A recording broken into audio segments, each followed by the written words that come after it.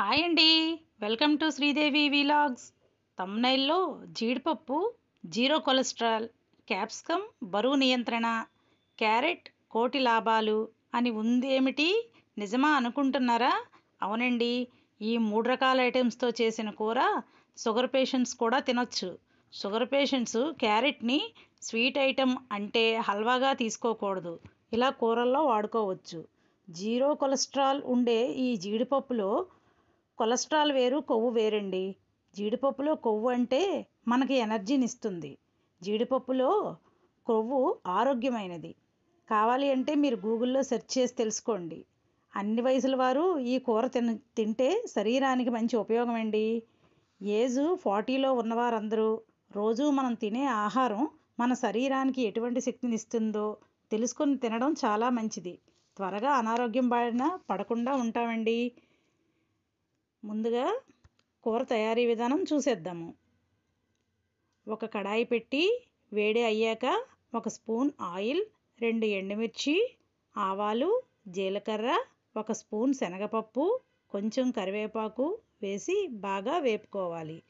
పోపులో పిడికెడు జీడిపప్పు, 1 కప్పు క్యాప్సికమ్ ముక్కలు వేసి బాగా వేపిన తరువాత 1/2 స్పూన్ పసుపు, రుచికి సరిపడా ఉప్పు వేసి మరోసారి కలిపి మూత పెట్టాలి. ఇలా ఉప్పు వేసి మూత పెట్టడం వల్ల క్యాప్సికమ్ ముక్కలు త్వరగా మగ్గుతాయి. ముందుగా కుక్కర్లో స్టీమ్ మీద కుక్ అయిన క్యారెట్ ముక్కలను కూరలో చేర్చి కలుపుకుంటూ ఒకసారి మూత పెట్టి బాగా మగ్గనివ్వాలి. ఇలా మగ్గిన క్యారెట్ ముక్కలు పోపులో కలిసి మొత్తం ఉప్పు అంతా పెట్టి బాగా రుచిగా తయారవుతుంది.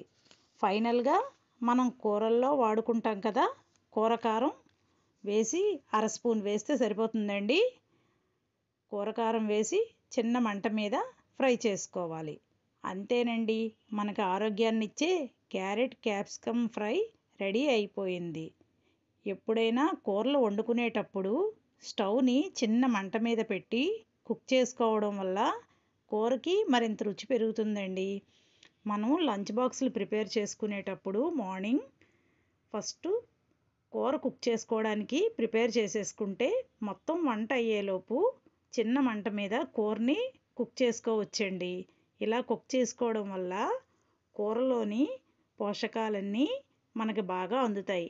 ఎందుకంటే బాగా కుక్ అయిన కూరను తినటం వల్ల మనకు తొందరగా జీర్ణమయ్యి ఆరోగ్యంగా ఉంటామండి. ఈ క్యారెట్ ఫ్రై సాంబార్లోకి, రసంలోకి కూడా చాలా బాగుంటుందండి సైడ్ డిష్గా. నేను ఇక్కడ దీన్ని నిమ్మకాయ పికిల్తో సర్వ్ చేసుకుంటున్నాను. Thanks for watching.